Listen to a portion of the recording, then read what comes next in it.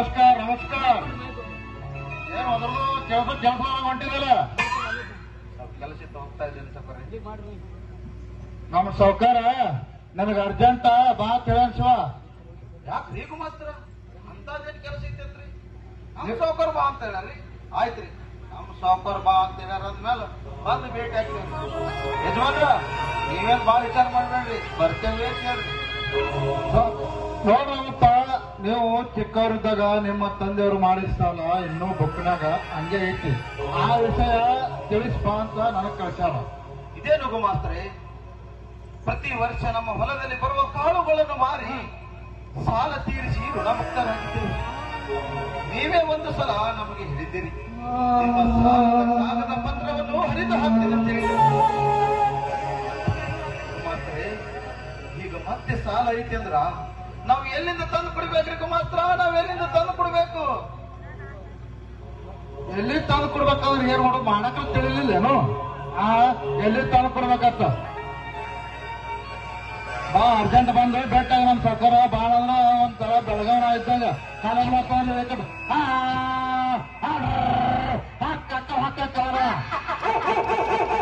ಬಂದು ಅರ್ಜೆಂಟ್ ಬೆಟ್ಟಾಗಪ್ಪ ರಮಪ್ಪ, ನಾ ಹೋಗ್ತೀನಿ, ಅದ ಕೆಲಸ ಅದ, ನಾ ಹೋಗ್ತೇನೆ. ಯವ್ವ, ನಿಮ್ಮ ಯಜಮಾನ್ಗ ನಮ್ಮ ಸಾವುಕಾರ ಬಾ ಅಂತ ಹೇಳೋಣ, ಪಟಕ್ಕನ ಕೊಟ್ಟು ಕಳಿಸುವ. ಬರ್ತೇನೆ. ಹೋಗಿ ಬನ್ನಿ ಗುಮಾಸ್ತ್ರೆ.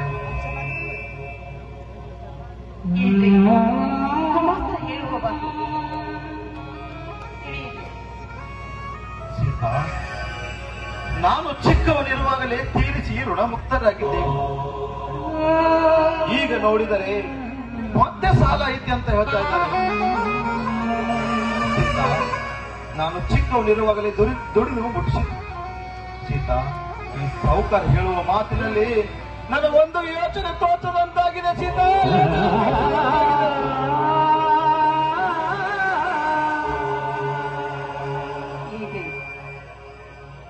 ಸಾಲ ಎಲ್ಲವನ್ನು ತೀರಿಸಿದ್ದೇನೆ ಅಂತ ಹೇಳ್ತಾ ಇದ್ದೀರಾ? ನೀವು ಹೋಗಿ ಸಾಹುಕಾರ ಹತ್ರ ವಿಚಾರಿಸಿಕೊಂಡು ಬರ್ಬೇಕು ಸ್ವಾಮಿ. ಆಯ್ತು ಸೀತಾ, ನಾನು ಈಗಲೇ ಹೋಗಿ ಆ ಸಾಹುಕಾರನ್ನು ವಿಚಾರಿಸಿಕೊಂಡು ಬರುತ್ತೇನೆ. ನಾವು ಹೀಗೆ ಬಿಟ್ಟರೆ ಆ ಸಾಹುಕಾರ ಯಾವ ಹೊತ್ತಾಗ ಏನ್ ಮಾಡ್ತಾನಂತ ಹೇಳಕ್ಕ ನೋಡು ಸೀತಾ, ತಮ್ಮ ಲಕ್ಷ್ಮಣ ಬಂದರೆ ಹೊಲದ ಕಡೆ ಹೋಗಂತೇಳು. ನಾನು ಆದಷ್ಟು ಜಲ್ದಿ ಭೇಟಿಯಾಗಿ ಬಂದು ಬಿಡುತ್ತೇನೆ. ಭೇಟಿಯಾಗಿ ವಿಚಾರ ಮಾಡಿಕೊಂಡು ಬಂದ್ರಿ. ಲಕ್ಷಣ ಬಂದ ಕೂಡಲೇ ನಾನು ಹೊಲಕ್ಕೆ ಹೋಗುವಂತ. ಆಯ್ತು ಸೀತಾ.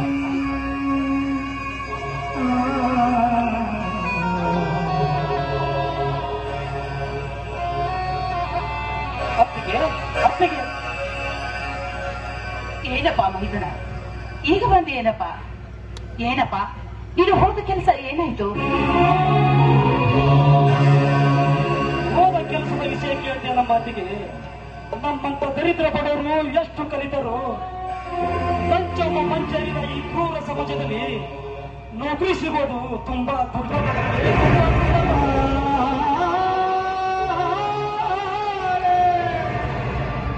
ನಾನು ಸಾಕಷ್ಟು ಕಷ್ಟಪಟ್ಟೆ. ಎಲ್ಲಿ ಹೋದರೂ ಲಂಚ ಲಂಚ ಲಂಚ ಲಂಚ ಎಷ್ಟು ಕೊಡ್ತೀಯ ಅಂತ ಸ್ಪಷ್ಟವಾಗಿ ಕೇಳಿಬಿಡ್ತಾರೆ ವಿನಃ ನೌಕರಿ ಕೊಡುವ ಮಾತೆ ಹೇಳೋರ ಹೊತ್ತಿಗೆ ನೌಕರಿ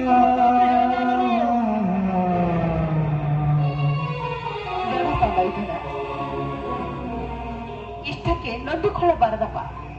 ಯಾಕಂದ್ರೆ ನಿನಗೆ ನೌಕರಿ ಸಿಗೋವರೆಗೂ ಪ್ರಯತ್ನ ಪಡೆಯಲೇಬೇಕಪ್ಪ. ಇಷ್ಟೊಂದು ನೊಂದಿಕೊಳ್ಳೋದಕ್ಕೆ ನಿನಗೆ ವಯಸ್ಸಾದ್ರೂ ಏನಾಗುತ್ತೆ?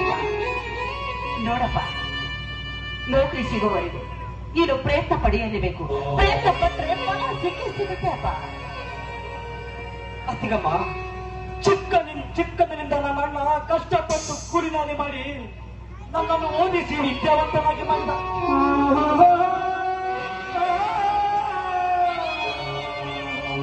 ಕೊನೆಗೂ ನನ್ನ ಅಣ್ಣನ ಕಷ್ಟಕ್ಕೆ ಸಹಭಾಗಿ ಆಗಬೇಕಂದ್ರೆ ಆ ದೇವರು ನನಗೊಂದು ಚಿಕ್ಕ ನೌಕರನ್ನು ಕರುಣಿಸುವುದಿಲ್ಲ. ಅತ್ತಿಗಮ್ಮ, ನಮ್ಮಂತವ್ರು ಈ ಭೂಮಿ ಮೇಲೆ ಬದುಕಬಾರದು.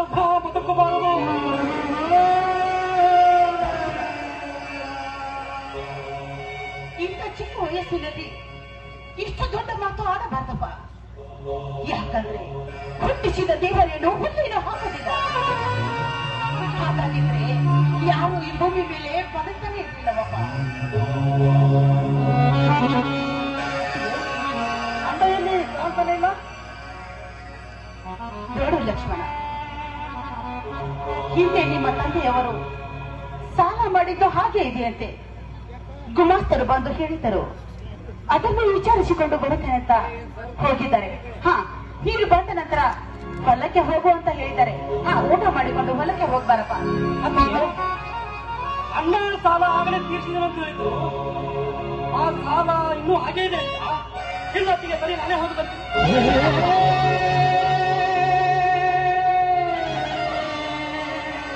ನೋಡಪ್ಪ, ಇಷ್ಟಕ್ಕೆ ಅವಸರ ಮಾಡಬೇಡಪ್ಪ.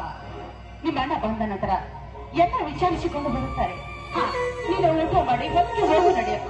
ಊಟ ಬೇಡತ್ತಿಗೆ ಅಣ್ಣ ಇಬ್ಬರು ತಂದೆ ಊಟ ಮಾಡ್ತಿರ್ತೀವಿ.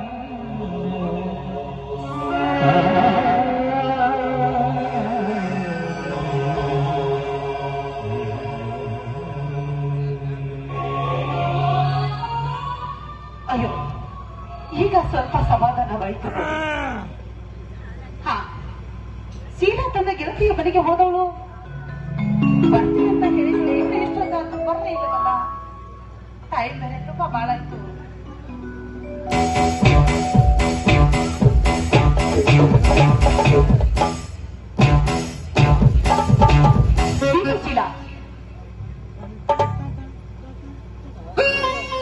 ಅತ್ತಿಗೆ ಬೇಗ ಬರ್ಬೇಕು ಅಂತ ಮಾಡಿದ್ದೆ.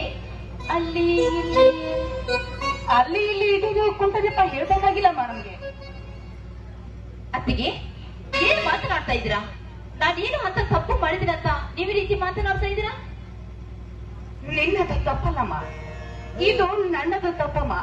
ಯಾಕಂದ್ರೆ ನೀನಿನ್ನು ಚಿಕ್ಕವಳಿದೆ ಅಂತ ಹಾಗೆ ಸುಮ್ನೆ ಇಲ್ಲಿ ಎಲ್ಲಾದ್ರೂ ಸುತ್ತಾಡ್ಕೊಂಡು ಬರುತ್ತಾಳೆ ಅಂತ ಬಿಟ್ಟಿದ್ದೀನಲ್ಲ, ಅದರ ಪ್ರತಿಕ್ರಿಯೆ ಇದು ನೋಡಮ್ಮ. ಅತ್ತಿಗೆ ನೀವು ಆಡೋ ಮಾತು ನನಗೆ ಒಂದು ಅರ್ಥನೇ ಆಗ್ತಾ ಇಲ್ಲ. ಯಾಕೆ ಅತ್ತಿಗೆ ನನ್ನ ಗೆಳತಿ ಮನೆಗೆ ಹೋಗಿದ್ದು ತಪ್ಪು ಅಂತ ಹೇಳ್ತಾ ಇದ್ದೀರಾ?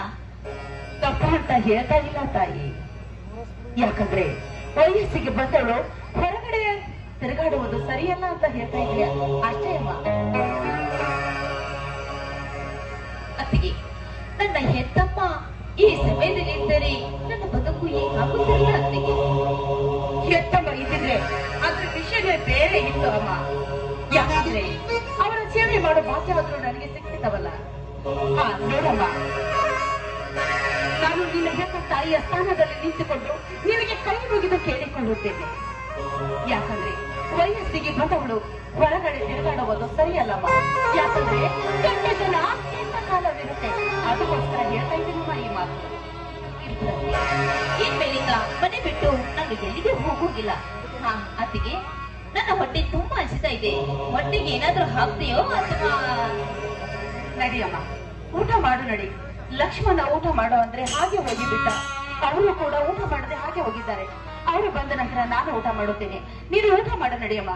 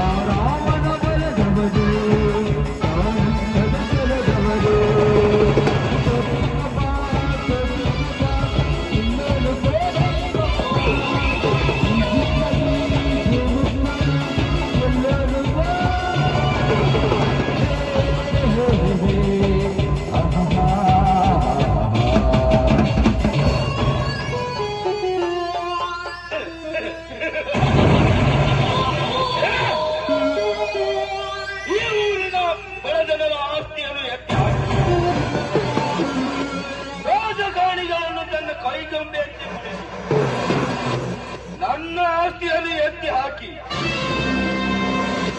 ನಾನೇ ಕಲಿವಿಗಿದ ಸತ್ಯ ಹರಿಶ್ಚಂದ್ರನಂತೆ ಈ ಊರಲ್ಲಿ ಬಾಳುತ್ತಿರುವ ಪ್ರೇಮರಾಜ್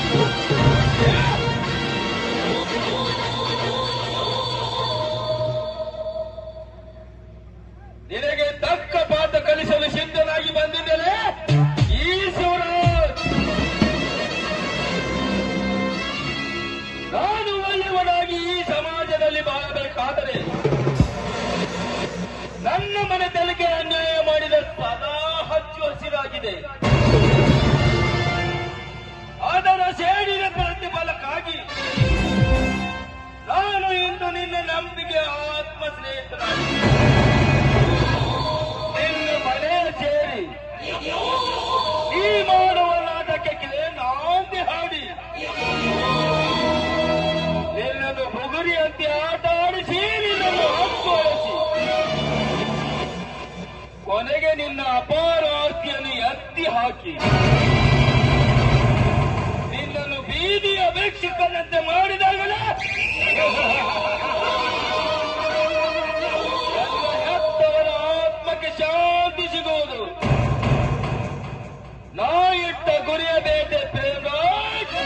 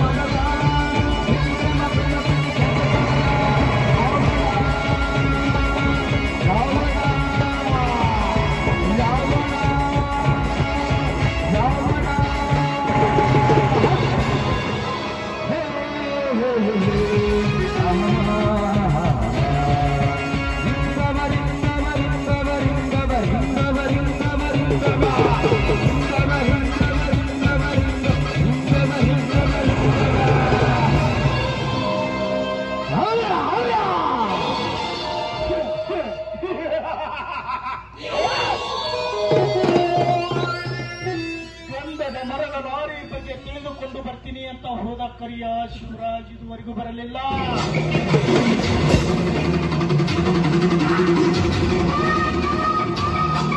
ಯುದ್ಧ ಕಡೆ ರಾಮನನ್ನು ಕರೆದುಕೊಂಡು ಬರ್ತೀನಿ ಅಂತ ಹೇಳಿದ ಗುಮಾಸ್ತರು ಇನ್ನೂ ಬರಲಿಲ್ಲ.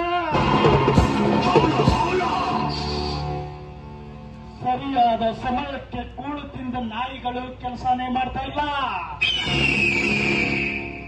ಇದರ ಹಿಂದೆ ಏನಾದರೂ ನಡೆದಿರಬಹುದೇ? ಅದು ನಾನು ಅಂದುಕೊಂಡಂತೆ ಎಂದು ನಡೆಯಕ್ಕೆ ಸಾಧ್ಯವಿಲ್ಲ. ಯಾಕೆಂದರೆ ನನ್ನ ಹತ್ತಿರ ಸಾಕಷ್ಟು ಜನ MP MLAಗಳಿರುವಾಗ ಯಾತರ ಭಯ?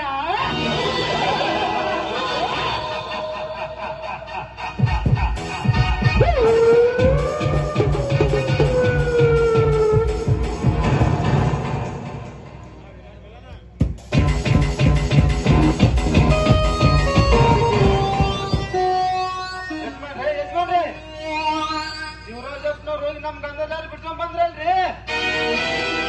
ಶಭಾಷ್ ಕರಿಯ ಶಭಾಷ್. ನಂಬಿಕೆ ಯಾತರಿದ್ದರೆ ಹೀಗಿರ್ಬೇಕು. ನಮಸ್ಕಾರ.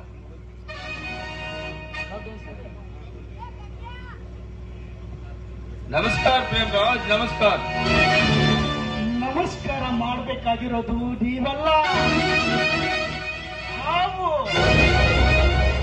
ನನ್ನ ಮೊದಲನ ಪರೀಕ್ಷೆಯಲ್ಲಿ ಗೆದ್ದ ವೀರರೆಂದರೆ ಅದು ನೀವೇ.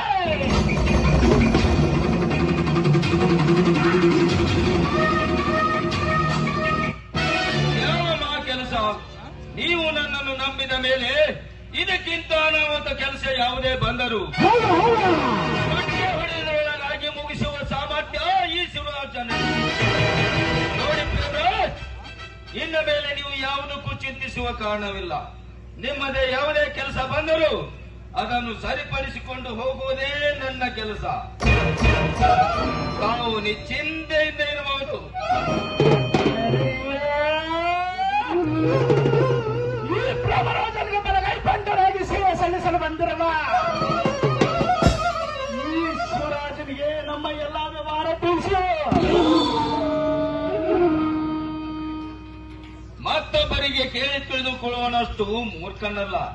ನಾನು ಇಲ್ಲಿಗೆ ಬರುವಾಗ ಎಲ್ಲಾ ವಿಷಯವನ್ನು ತಿಳಿದುಕೊಂಡೇ ಬಂದಿರುವೆ. ಶಿವರಾಜ್, ತಾವು ದಣಿದಿರುವಂತೆ ಕಾಣುತ್ತದೆ. ಸ್ವಲ್ಪ ವಿಶ್ರಾಂತಿ ತೆಗೆದುಕೊಂಡು.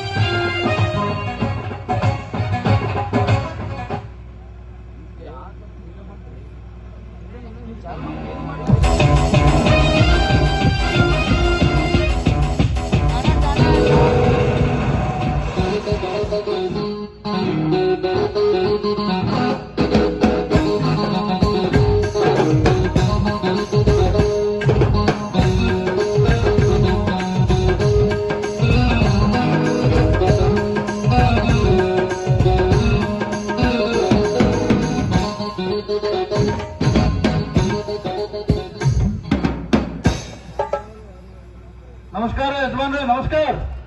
ನಿನ್ನ ನಮಸ್ಕಾರ ಚಮತ್ಕಾರ. ನೀನು ಹೋದ ಕೆಲಸ ಎಲ್ಲಿಗೆ ಬಂತು? ಎಲ್ಲಿ ಬಂತ ಅದ್ರೊಳಗೆ ಏನಾಯ್ತ್ರಿ ಸೌಕಾರ? ಆ ಬಡ ಕುಣ್ಣಿ ರಾಮನ ವಾದ್ಯ ಹೇಳ್ಕೊಂಡ್ ಬಂದೇನ್ರಿ ಸೌಕಾರ.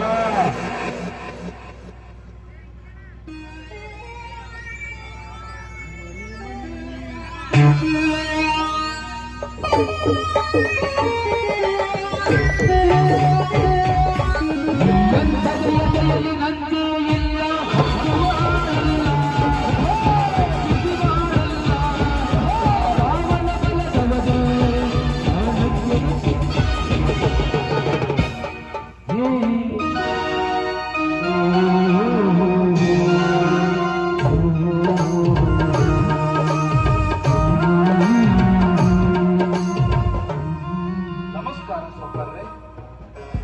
ತಮ್ಮ ಗುಮಾಸ್ತರ ಕಡೆಯಿಂದ ಬರಲಿದ್ದೀರಿ. ಬಾ ಅಂತ ಹೇಳಬೇಕಲ್ಲ ತಮ್ಮ. ಬಾ ಅಂತ ಹೇಳದಿದ್ರೆ ನಮ್ಮ ವ್ಯವಹಾರ ಎಲ್ಲ ಹೆಂಗ ನಡೀತೈತಪ್ಪ? ಯಜಮಾನ್ರೆ, ನಮ್ಮ ತಂದೆಯವರು ಮಾಡಿದ ಸಾಲದ ಬಗ್ಗೆ ತಮ್ಮ ಗುಮಾಸ್ತರು ಎಲ್ಲ ವಿವರಿಸಿ ಹೇಳಿದ್ದಾರೆ. ಹಂಗಾದ್ರೆ ನಿಮ್ಮ ತಂದೆ ಮಾಡಿದ ಸಾಲ ಮುಟ್ಟಿಸೋದಕ್ಕೆ ಬಂದಿ ಅಂದಂಗಾತು.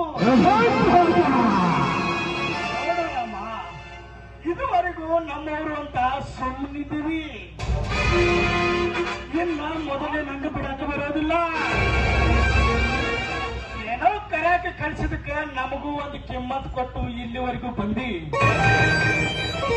ಏನ್ ಕೊಡ್ಬೇಕಾಗ್ತೈತೆ ಅಷ್ಟು ಕೊಟ್ಟು ಪೈಸೆ ಚುಕ್ತ ಮಾಡಿ ಹೋದ್ರಾಯ್ತು.